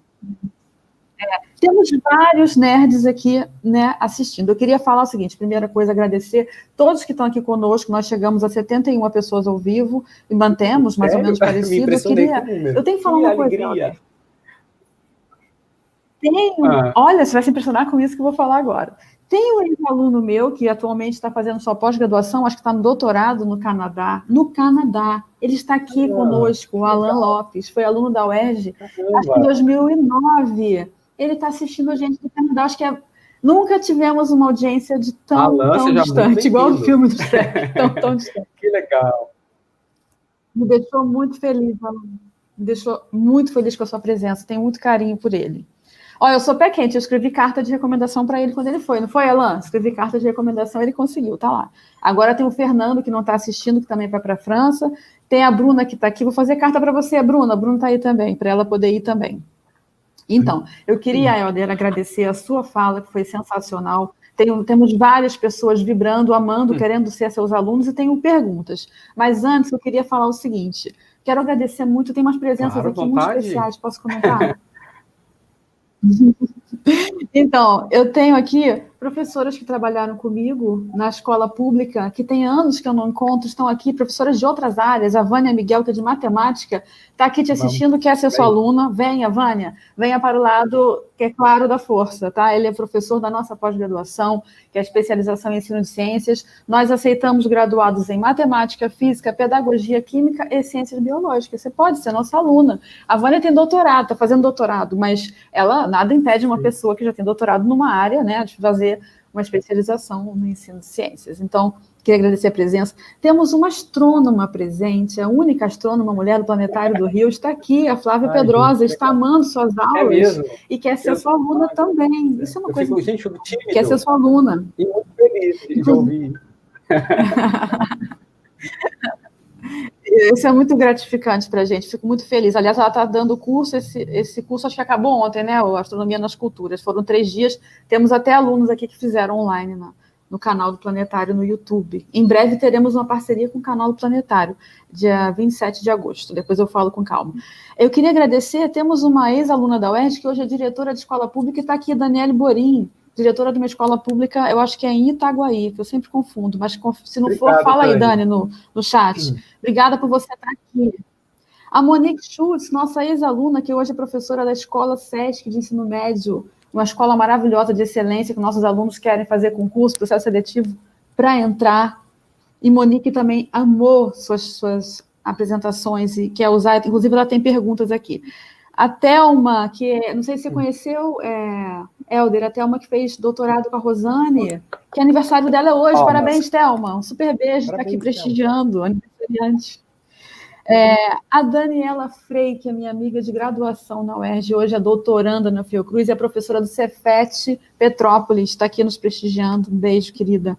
Temos alunos do CEDERJ, só não colocou qual é o polo, por isso não vou mencionar, porque eu não sei, mas o wiki do CEDERJ. Muito obrigada pela presença. E os alunos do mestrado Prof. Bio, que estão aqui, os alunos da especialização em ensino de ciências, os da graduação, os do bacharelado, todos vocês muito queridos, tá? Posso estender obrigada pela presença. Agora eu vou rapidinho repetir. Também, que eu fiquei super feliz. Assim, 2 companheiras de trabalho, a professora Mônica Paes Leme, farmacêutica, da Pratique Aromaterapia, onde a gente trabalha botânica, óleos essenciais, vi que estava aqui, fiquei super feliz.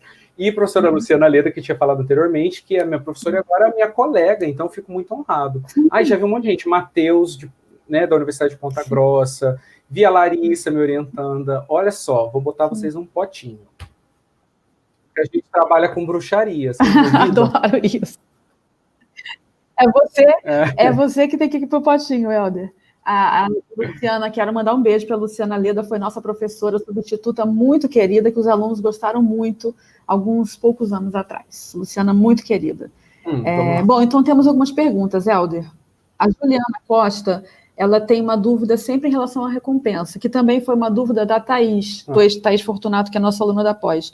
Que tipo de coisa usar para recompensa, né? Ela fica com dúvidas. Como você está acostumado a usar?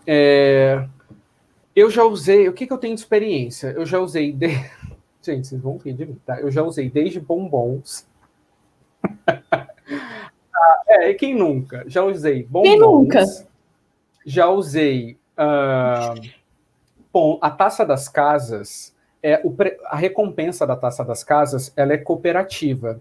Então, quando a turma ganha, recai meio ponto na média de todos eles. Então, eu recompenso com pontuação. Mas daí você fala assim, mas é só isso? Não, tem uma outra forma de recompensa. Lembra da prova de sorte? Que eu falei, que eu colocava? Se tornou uma recompensa. Quando os melhores colocados... Assim, isso varia, isso é pessoal. Mas o aluno estampar uma arte que eu criei na minha rede social é uma recompensa muito interessante. Porque vai mãe comentar, vai gente parabenizar o aluno. Pode parecer simples, mas eles se sentem, como o nome sugere, recompensados. Então, nem toda recompensa necessariamente precisa ser física ou de pontuação. Tem algumas outras estratégias. Acho que essa pode ser um exemplo. Perfeito, mas nós adoramos bombons, viu? Se quiserem recompensar os professores, eu tenho alunos aqui que chamam amargo, sempre o flavonoide. Flavonoide faz coisa na vida da gente. Também é meu favorito. Também. Outras perguntas. A Laís Barcelos, nossa queridíssima, minha orientanda na pós-graduação, falou que o sonho dela é ter uma aula de bioquímica assim, tá? Você vai tirar o trauma das pessoas, sabe? Que nem aquelas cartomantes que colocam, traga o amado em 3 dias, você vai falar, tira o trauma da bioquímica do Leninger em 3 aulas. Laís, eu vi comentários lindos da Laís, então muito obrigado, tá? Vi mesmo. Ela é uma querida. O Américo falou que já fez um super trunfo de histologia. Ele gostou quando viu a sua experiência com o super trunfo. Legal.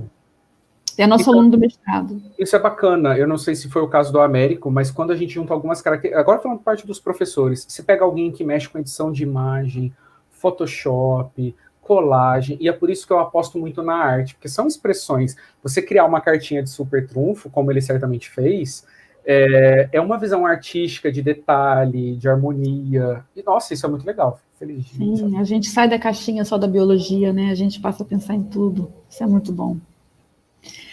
A Mariana Brice, nossa aluna da graduação, licenciatura querida, falou que teve uma experiência, que por acaso até participei, que foi com uma ex-aluna dela do ensino médio, quando ela ainda era uma estudante de ensino médio, e agora, como aluna da UERJ, ela voltou ao colégio onde ela estudou, né, e encontrando com essa professora de Química, que é uma professora querida, maravilhosa, que inclusive é professora do INES, ela é professora do INES, e ela é professora de Química, então ela é maravilhosa, né, fluente em Libras.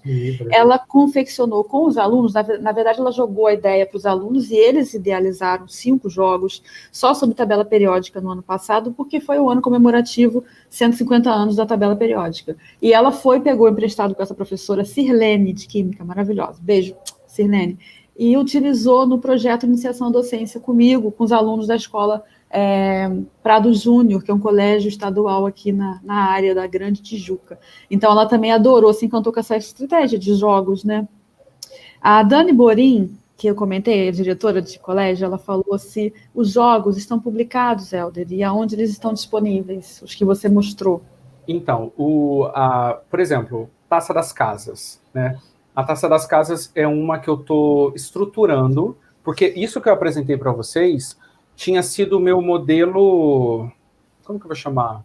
Um protótipo mais bem trabalhado, mas ainda faltam alguns ajustes. Então, por isso que a pandemia, que eu já estava prevendo, o sol aqui, ó, parecendo o vampiro do Crepúsculo, olha isso aí. Deixa eu sair aqui, meu pai amado. E daí, assim, eu pretendo lapidar mais um pouco. Né? Até dentro da rede, a gente tem faz parte de uma rede, né? E às vezes né, os professores pedem dicas sobre as estratégias da Taça das Casas e tal. E eu vou passando meio que aos pouquinhos, porque eu fui montando. Por exemplo, a prova de sorte do Instagram, ela foi criada nesse semestre do 2019.2. Como assim, uma novidade. Então, é meio que a gente vai montando. I'll aproveitar pegando o link com o jogo da tabela periódica. Os alunos auxiliam na criação das regras. Isso também é uma coisa que eu não sei nem se eu imaginava, mas é muito palpável. Eles sugerem regras, adaptações, então ter colaboração. Sabe aquilo que a gente lê no artigo, mas fala assim, nossa, isso é verdadeiro, tem que ter colaboração ativa, isso é real. Os alunos, eles vão sugerindo coisas. Então, em breve, teremos publicação. Muito bom. Mas deixa eu falar, Dani, o Helder é muito perfeccionista, conheço ele. Então, ele deve estar, para poder publicar, ele tem um nível de exigência dele mesmo, que é muito alto. Então, às vezes, demora por causa disso. Mas a gente pressiona ele. Eu estou lutando quanto antes feito do que perfeito. É um ditado que eu tenho problema na vida. Você colocou lá isso no espelho, numa geladeira, alguma coisa assim. Exatamente. A Lívia até comentou que também fez disputa das casas já ela como professora. Ai, que ela legal gostou, se identificou. Os alunos gostam muito essa ideia. Sim. E a Luciana Leda, nossa querida, falou do Team-Based Learning, né, que é muito parecido com Peer Instruction. Não conheço. Peer Instruction em inglês. Eu não sei. Depois ela pode colocar aí no chat detalhes, se você tiver, Leda, Luciana, para a gente poder pensar melhor o que é. Eu não conheço realmente. A Cristiane Moreira já tinha comentado que parece o Kanban, você já até falou durante sua fala, e foi falado sobre o Padlet, né? Tanto a Rosângela, nossa aluna do mestrado, a Luciana Leda falou, e a Magui, nossa professora na pós-graduação, todos os 3 comentaram do Padlet como uma possibilidade muito boa, uma ferramenta bem legal. Sim, eu conheci há pouco tempo com a professora Thaís, de uma página que eu gosto muito. Sempre faço divulgação dessa minha amiga, porque ela é fantástica, ela tem um nível de criatividade medonho. @Thaís Explicando Ciências. Que nome legal. E ela que apresentou há poucos dias e me mostrou, a gente sempre dialoga e troca ideias, assim, é bem legal. Muito bom, muito bom.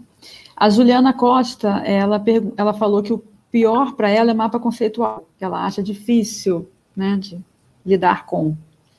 Aproveitando uma dica, das experiências que eu tive entre mapa mental e conceitual, o que foi bacana, o que funciona melhor dentro da minha experiência, então assim, tem que testar. O mapa conceitual naquele ambiente de grupo. Lembra aquele mapa... Gente, vocês vão rir, tá? YouTube não deve me cancelar por causa disso. Eu chamava de maparalho mental. Maparalho conceitual, desculpa. Que é aquele grandão que a gente tinha na universidade, tem ainda, né? 3 ou 4 quadros que juntos montavam um espaço. Então, esse compartilhável da sala de aula, ele funciona bem no conceitual. Então, uma dica assim que eu pesquei e que pode ser útil, né? Beleza. Depois, na edição do vídeo, a gente vai botar o pã na sua fala. Brincadeira, não vai não, que a gente... liberada aqui não tem censura não, gente, pelo amor de Deus.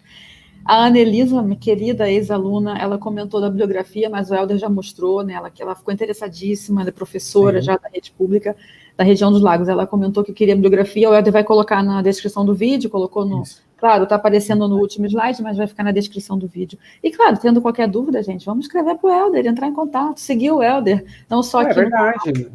Não só, estão se inscrevendo aqui, tem muita gente aí, já curtiram o vídeo, já se inscreveram? Aquele momento YouTube, você já deixou o seu like, você já se inscreveu no canal? Acionou o sininho? Acionou o sininho de notificação? A minha mãe sempre assiste, eu falo, mãe, se inscreve no canal dos meus amigos. Já se inscreveu? Mãe, já se inscreveu? Então, é isso. Por favor. A Flávia Pedrosa, astrônoma do Planetário, falou que gosta muito de mapas mentais e ela faz mapas de autores de tese. Ela está fazendo doutorado, deve estar naquela fase, né? Arrancando os cabelos.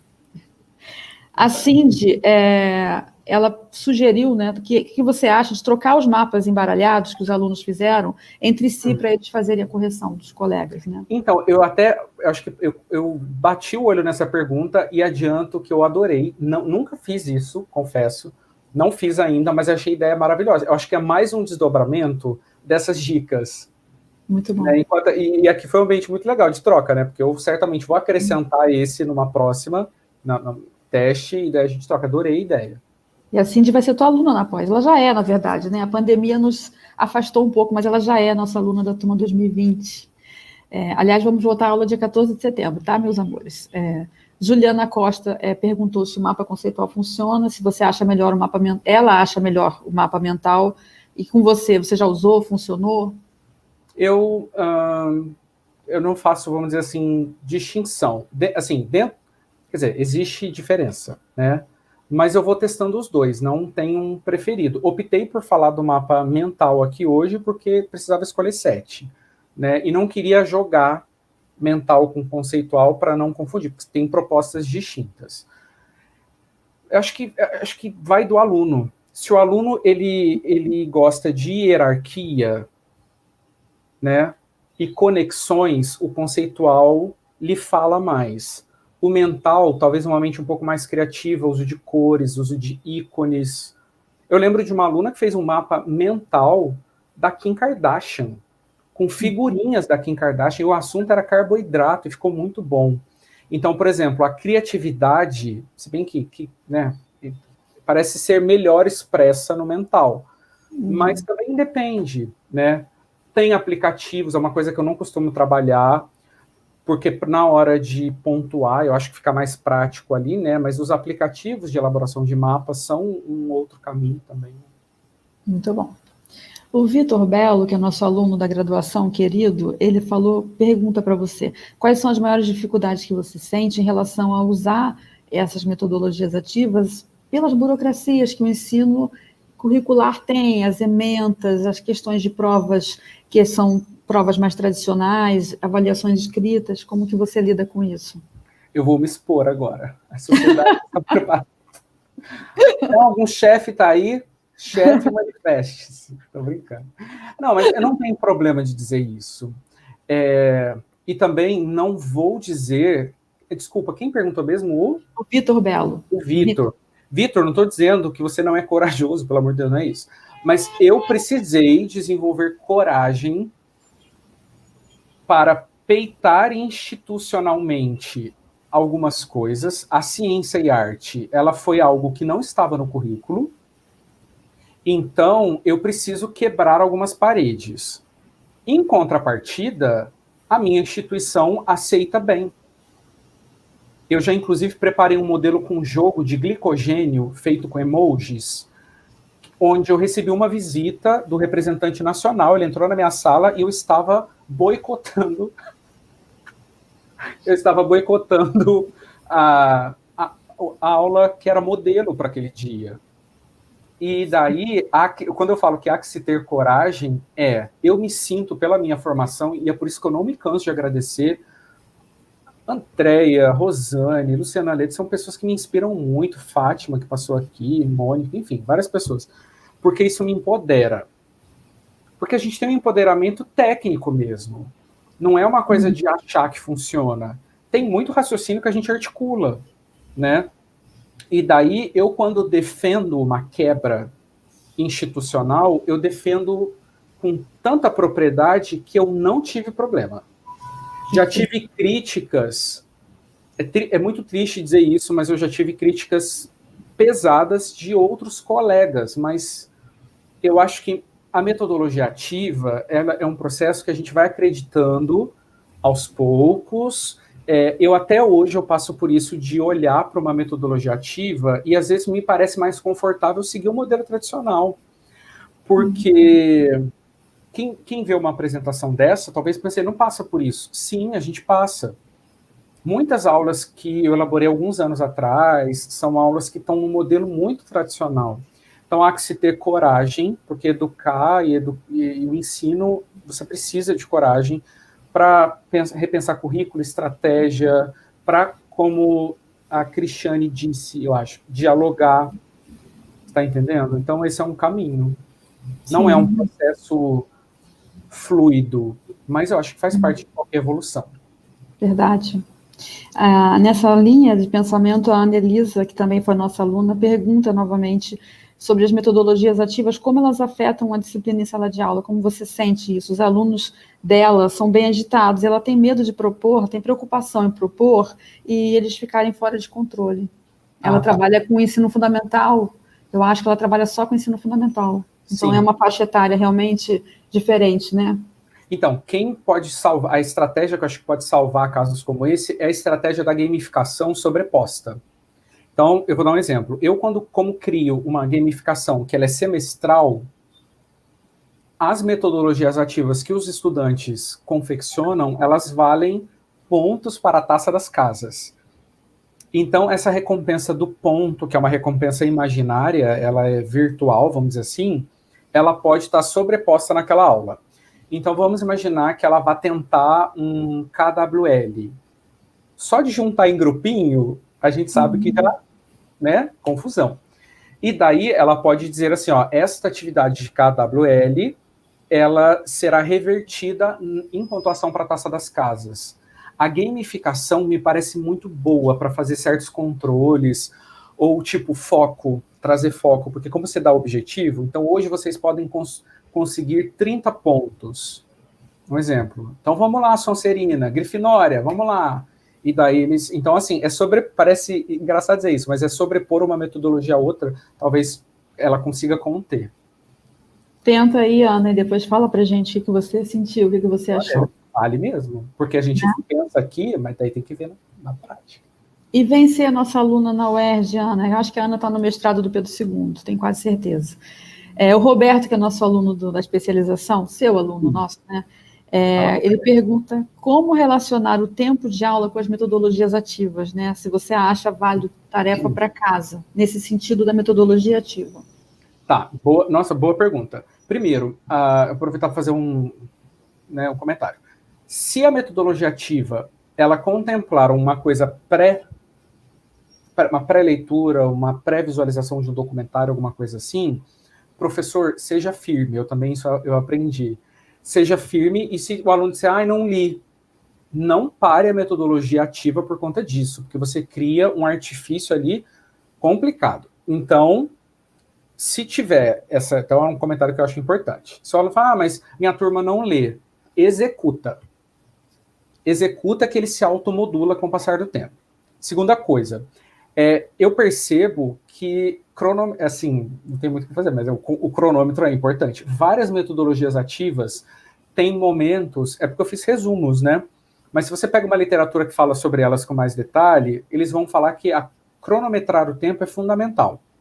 E algumas dá para fazer depois. Por exemplo, se você pegar um site que dá para fazer avaliação por pares, daí deixa esse pedacinho para depois. Né? O que falhas que eu já tive? Eu lembro de uma vez que eu fui fazer um determinado jogo e daí, sim, a gente sabe que o tempo de sala de aula, dinâmica, nem sempre é bonitinho e quadrado, como eu estou falando. Eu já passei, eu queria resumir ao final, sabe? Fazer aquela grande revisão. Então, finalizamos o jogo tal, que tinha por objetivo conhecer a enzima XYZ. Eu já percebi que teve aula que eu não consegui fazer isso. Eu encaro mesmo como prejuízo. Daí, mas assim, daí eu tenho que, sei lá, tomate, olha aqui. Gente, só uma ferramenta. Ai, o sol. Vocês estão vendo aqui o tomatômetro? Isso aqui é uma ferramenta na vida, o Técnica Pomodoro. Custa 9 e pouco, comprem. Patrocínio do Saara. Exatamente. Né? Vale Muito a pena, bom. sério, vale a pena, porque ele é bonitinho, vermelho, chama atenção e apita. Isso é fundamental. Ótimo, maravilhoso. E por último, das perguntas que eu anotei enquanto enquanto você estava falando, né? Porque depois eu estou aqui, a Graciele, que é aluna do ensino à distância, do EAD, o FRJ, ela não falou se é da biologia, mas imagino que sim. Ela quer ser sua ouvinte online, ela quer saber como ela pode ser ouvinte das suas aulas online. Ai, meu Deus, ela não tem noção de quantos alunos você tem. As turmas do Helder, antes da pandemia, já eram aquelas turmas de acima de 50 pessoas. Não faço ideia agora. Eu mostrei uma foto ali, uma foto que eu mostrei, eu lembro que na pauta, tá, gente? Porque daí ao longo do semestre cai, mas eu lembro que na pauta eu tinha uma turma que eu acho que eram 130 e poucas pessoas na pauta. Meu Deus. Então, mas eu curto muito, então não sei como fazer isso, mas venha. A gente sempre tem espaço, né? Muito bom. Então, essa foi a última pergunta que eu anotei, Helder, enquanto você estava finalizando a fala. Provavelmente tem outras pessoas aqui que fizeram outras perguntas após a gente ter começado a bater esse papo mais em formato dialógico. Quero aproveitar e mandar um beijo super especial para a professora Fátima Alves, queridíssima, que está aqui, eu não tinha percebido, desculpa, né? O Helder comentou, nossa querida está sempre prestigiando, uma excelente professora, e a gente pode estabelecer, né, Helder, porque agora fica difícil ver tudo ali, a gente tem um delay, né, entre a transmissão, gente, e né, entre o canal que a gente está ao vivo e a transmissão, são 2 minutinhos, ou um pouquinho menos, mas é muito confuso ficar lá e cá, porque o áudio não bate, enfim, a gente fica se sentindo alienígenas. Sabe o que eu consigo fazer? Então, eu falei a primeira transmissão, a primeira live aqui, eu consigo depois passar e certamente responder os comentários, não? Sim, é o que a gente tem feito em todas as lives, é responder aquelas que não puderam ser respondidas ao vivo, por meio de resposta digitada no chat, que fica salvo, o chat fica salvo no vídeo, que vai ficar hospedado no canal. Então, eu queria lembrar todos os alunos que participaram conosco, agradecer muito a presença e lembrá-los que quem precisa de declaração de horas para cumprir aquela carga horária de 200 horas, né, de atividades culturais científicas, que nos enviem um e-mail para o e-mail que está aí no chat, é só dar uma olhadinha, o specuerd@gmail.com, vou até escrever de novo, porque alguém pode não ter visto, e nos envie, por favor, seu nome completo, matrícula, e que coloque a sua instituição, porque a gente está fazendo uma espécie de pesquisa, né? Não é uma pesquisa, a gente está verificando qual o público que a gente está atingindo com essas atividades virtuais, né, sobre ensino de ciências. Deixa eu ver se está certinho, specuerd@gmail.com. Isso, mande esse e-mail para nós, que nós enviaremos de volta para vocês a declaração no prazo máximo de 1 semana. Nós agradecemos muito a presença de todos os professores, amigos, queridos que estiveram aqui carinhosamente nos acompanhando. Convido de novo os alunos, professores, a se inscrever no canal do Helder, né, porque é uma pessoa muito criativa, isso ajuda a divulgar, embora ele já tenha zilhões de seguidores, né, mas é óbvio, é muito importante, né, sempre ampliar, e pessoas da área, é muito bom. Quem gostou também pode curtir, e Helder, quero te agradecer, porque você, além de você aceitar o convite, né, em nome do curso de especialização em ensino de ciências, para ser nosso palestrante aqui hoje, você ainda aceitou um desafio de fazer a sua primeira transmissão ao vivo. A gente não sabia usar o programa, foi tudo aprendi, né, de última hora. Agradeço aquelas pessoas que ajudaram, especialmente a Jéssica Norberto, né, do canal Centro de Ciências e Museus Acessíveis, que é uma parceirona, que deu todas as dicas. E agradeço você, Helder, por sempre nos empolgar quando a gente fala de ensino, educação, sempre trazer coisas atualizadas. Eu sou muito feliz de ter você como professor do curso que eu coordeno e como amigo, né? Então eu sou duplamente felizarda nessa relação. Muito obrigada, viu? Ai, meu Deus do céu, fico todo feliz. Então é isso, gente, eu me despeço de vocês, agradeço também, nossa, Andréia, você sabe o quanto essa admiração é recíproca. Quero agradecer a todo mundo real que comentou, eu tô vendo, assim, um número de mensagens, eu fico grato demais. Gente, a coisa mais valiosa que a gente tem na vida é tempo. Vocês cederam aí pra gente 1h30 e poucos minutos da coisa mais valiosa que vocês têm, que é o tempo de vocês para aprender coisa, para trocar ideia. Aprendizado na vida só vale se for divertido e se for bom, prazeroso. Eu acredito muito nisso. Então, recebam o meu abraço à distância, tanto a Andréia, a Rosane, todos os professores e alunos que vieram, tá bom? Sintam-se abraçados e até a próxima. Beijo, até a próxima. Obrigada, Helder. Nada.